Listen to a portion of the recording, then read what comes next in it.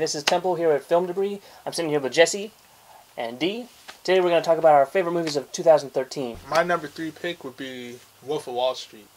I thought that was a nice movie. It was something a little different for the year. Nice. I think a lot of people wouldn't describe it as nice. It was rough around the edges, and it was definitely straightforward, especially with the drug consumption and the sex involved. I like the struggle of the movie. Jordan Belfort.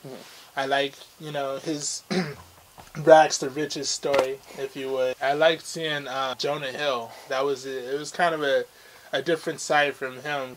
Like in the way he was doing things in the movie, he was a little more mature, and I like that. My number 3, it was kind of a toss up, but I'd have to go with Two Guns. Denzel, great actor. We have mentioned Denzel at least once at every least, episode in the least. And Mark Wahlberg. They both played themselves like always, but they were actually teamed up together.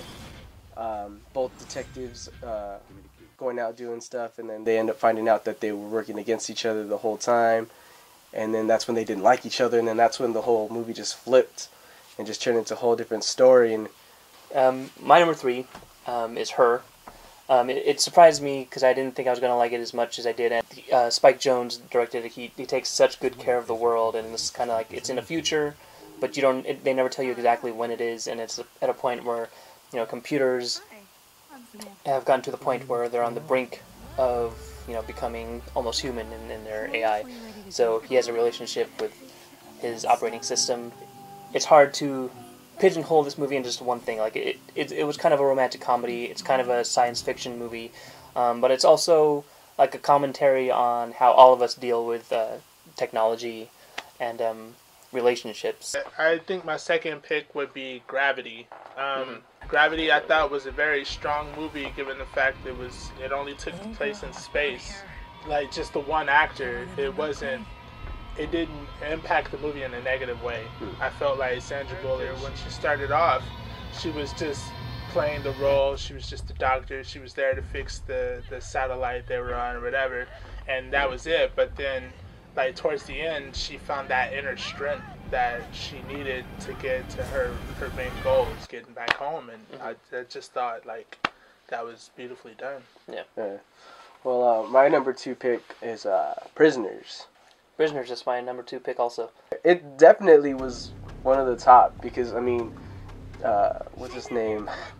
Hugh Jackman. Hugh Jackman had this passion to find his daughter, and it was just like, man, it almost puts you in the position like if your daughter or your son was lost or whatever, you take on his role. Like I would do the same thing, and it just brings out this whole passion, like a whole other side to you when you're watching this movie, and it's just that father role. And can we say how crazy Paul Dano was in that movie? Yeah, he's like mysterious almost.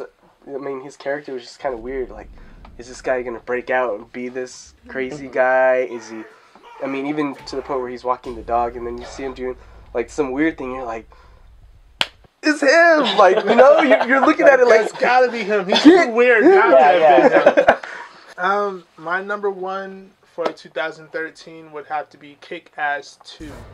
I do see the progress of life after the first movie. At this point, Kick-Ass is kind of just tried to move on. He's hit that boring state where he's like, I had all this action. I was out getting my ass handed to me all day. And now everybody's doing the same thing. Because, Kick-Ass started the movement, and now everyone is being like, Kick-Ass, in which I like that aspect of the movie because it's like, why wouldn't that happen more often? So my number 1 pick is Now You See Me, starring Jesse Eisenberg. I'm a real big Jesse fan after seeing Social Network. Yeah, so it was just an overall like great movie. You had the entertainment, you had the comedy, you had the suspense at times, and it had a lot of everything, and you can't pass that movie up. It was overall entertaining for me, and just I like the storyline. You think about it, like you're gonna rob a bank, but not only rob a bank, you're gonna do it on stage using magic, while you're taping it in front of a bunch of fans and stuff like that, and you're just like, that's something different. You think about it, so it just caught my eye on the trailer for that one. Now You See Me is a really fun movie. and it's really bright and colorful. It's probably the opposite of my number one, All Is Lost.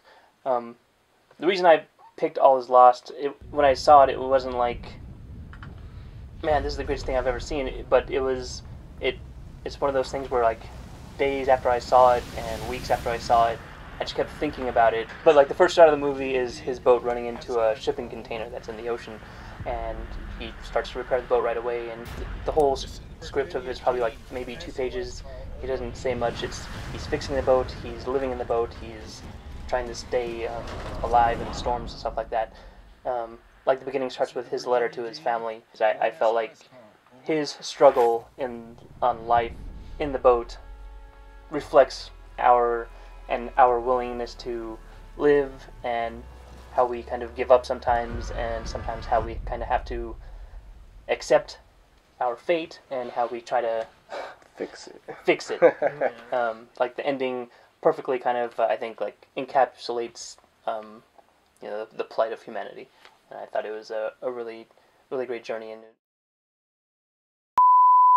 Now You See Me, starring... Now You See Me, oh no. starring Jesse Eisenhower and... Eisenberg? Is that...